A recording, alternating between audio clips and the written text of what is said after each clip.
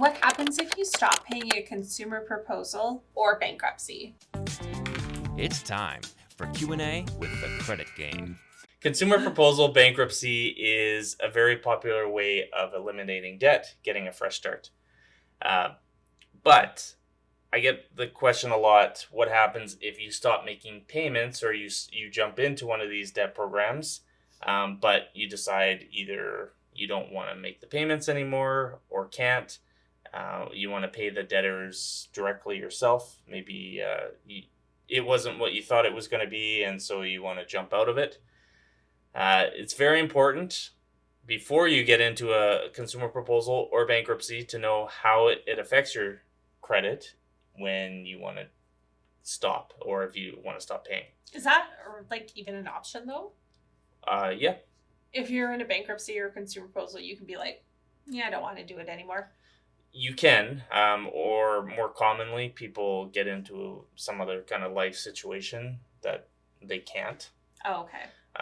I've had even situations where the trustee has passed away, and then all of a sudden, the payments aren't coming out anymore, and no one takes over, and it's just kind of lost in the shuffle. So there's lots of different reasons why it might happen. In a consumer proposal, you can miss 3 payments before the proposal is annulled, is what they call it, or you have to go back to the trustee to make other arrangements. But you shouldn't wait until the second or third one to do that. If you're missing payments, you definitely want to talk to the trustee right away, but you have up to 3. And a bankruptcy, if you're missing payments, then the court can get involved, or the trustee. You need to talk to the trustee once again to figure out whether you can restart it or what the next steps are. But let me go through how it affects your credit report. If you are in a consumer proposal and for whatever reason it's annulled or you stop making payments, that proposal stays on your credit report for 7 years from the date that you entered into it. Isn't that the same thing? No, because if you paid it off and did what you're supposed to, it's 3 years from the date that you've paid it off, or 6 years from the date you started it, whatever comes faster. Oh, okay. So if you are thinking, I don't want to be in a proposal anymore, I'd rather just pay the creditors directly, don't do that. It's better to work it out with the trustee, because all you're going to do is prolong how long it stays on your credit report. So if you're in a proposal, stick with it. We got to go fast. The bankruptcy. If you're in a bankruptcy and you don't pay it off or it's annulled, stop making payments, guess how long it stays on your credit report? 7 years. Forever. Wow.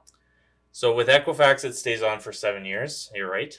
But with TransUnion, they have a silly rule that unless it's discharged or completed, then it stays on there forever.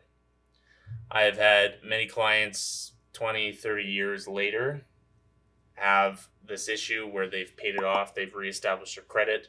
They look at their Equifax and it looks good because it's off their report. But then on their TransUnion report, they have this nasty bankruptcy from who knows when. I think I need to zoom in on your face to go through her trying to stop it. Oh. But anyways, the key is if you're in that situation, talk to the trustee. No. Oh. Well, you could, but you might want to reach out to us first. Not Jess. Well, talk to me. She'll just yawn. I'll probably just fall asleep. Just put it, narcoleptic or something. Maybe. But anyways, the reason why it's important or why you'd want to talk to us is because us. Or me. Well, us as like Credit Game, the team. Oh, got it. The reason why is because it depends on the province on what the next steps would be. So I can give you some options of what you want to do, because you have the option of paying it off or finishing it, or maybe switching into a consumer proposal, or what are the options of not paying it off? What can you do? And that's where we will leave you before Jess gets very angry.